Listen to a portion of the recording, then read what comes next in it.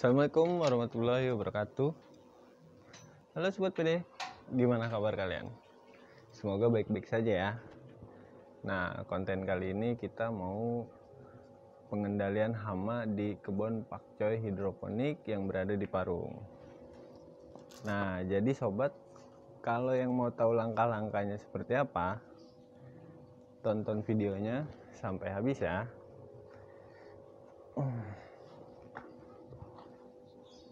Nah sobat, sebelum kita ke kebun kita ngopi dulu biar tambah semangat.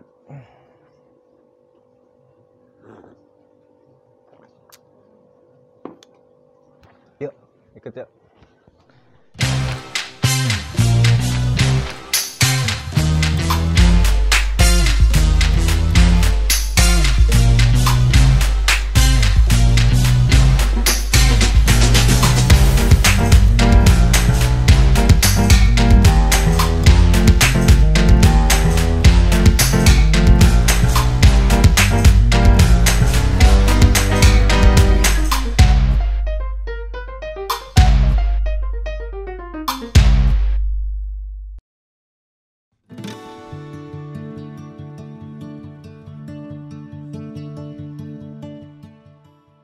Nah, sobat, kita udah sampai kebun nih. Jadi kita cek dulu tanamannya nih ya.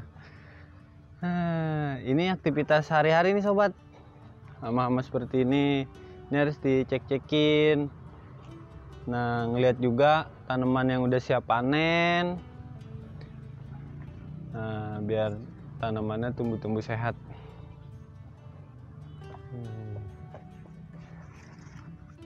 Nah, seperti ini dibersihkan.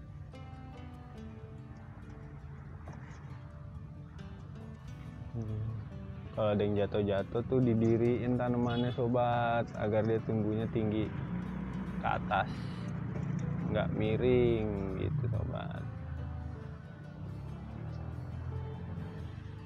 Nah sobat, kembali ke pengendalian hamanya.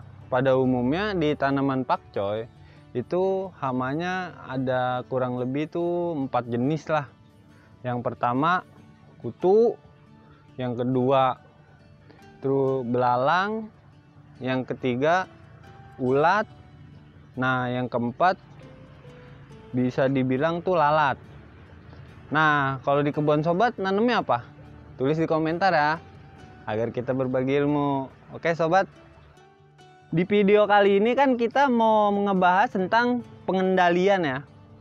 Jadi sobat PD tuh harus membedakan namanya pengendalian sama pembasmian gitu. Kalau pembasmian hama, kita pengen tuh kebun kita nggak ada hama sama sekali. Kalau pengendalian hama ada, tapi gimana cara tanaman bisa hasilnya bagus sampai panen dengan bersahabat dengan hama gitu. Nah untuk pengalaman saya sobat, kalau tanaman sobat terkena hama, itu sobat jangan coba-coba atau jangan gunakan pestisida, entah itu kimiawi atau organik, nabati. Sebenarnya itu kurang efektif sobat, karena pengalaman saya tuh saya sudah menggunakan pestisida, tanaman saya tetap banyak hama. Jadi kalau saya pribadi anjurin tuh, ketika contoh di talang ini sudah 70% terkena hama, itu lebih baik sobat tuh dipanenin aja atau dibuang gitu. Nah setelah dibuang, pembersihan talang, semprot pakai pestisida, tunggu 2 hari agar reduksinya hilang, baru bertanam lagi sobat. Nah nih sobat, hama kutu nih sobat nih, seperti ini nih contohnya nih sobat nih. Tuh, ini kutu nih sobat. Kayak gini, ini dibersihin aja pakai tangan gitu, dibuang, langsung dibuang aja.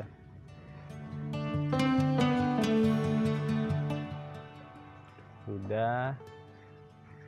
Nah kalau biasanya untuk belalang, lalat sama ulat itu di pagi hari jam 7 pagi atau sore hari jam 3 untuk pengecekannya.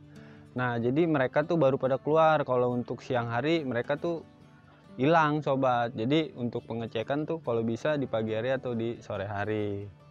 Nah sobat, untuk langkah-langkahnya tuh ada 4 hal. Nah jadi yang pertama, pembersihan di talang dan medianya. Nah contoh seperti ini nih. Jadi kalian bersihin bekas-bekas seperti ini. Ini kan bekas penggunaan nih. Jadi ini talang dibersihkan, netpotnya dibersihin, ininya dibersihin gitu. Nah karena ini mengundang hama gitu. Jadi kalau bisa tuh semua yang bekas dipakai itu harus dibersihin sobat. Jadi agar mengurangi hidupnya hama dah.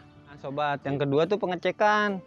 Jadi sobat tuh setiap hari tuh harus mengecek kondisi tanaman seperti apa. Jadi yang terserang hama yang mana gitu. Jadi itu kita bisa cek kayak seperti ini nih. Kalau ini kan kekeringan nih sobat. Nah jadi ini kita pindahkan aja ke tempat yang basah agar dia bisa hidup lagi gitu. Nah kita lihat. Pokoknya sobat, pengecekan tuh penting sobat. Agar kita tahu penyakitnya di tanaman tuh apa gitu. Nah ini kutu-kutu nih seperti ini nih sobat nih, bikin tanaman. Nah kalau belalang itu hasilnya seperti ini nih sobat, daunnya pada bolong. Ini akibat belalang nih. Ini belalang seperti ini nih akibatnya gitu sobat. Sobat, untuk yang ketiga tuh lingkungan. Jadi sobat harus pengecekan lingkungan nih seperti ini nih. Nah ini kita cabut-cabutin nih sobat. Karena tanaman-tanaman seperti ini tempatnya lahir belalang nih sobat. Jadi kalau bisa ini sobat cabut. Sobat rapiin lah gitu. Nah nanti kita buang bareng-bareng, kita kumpulin dulu. Nah ini sobat.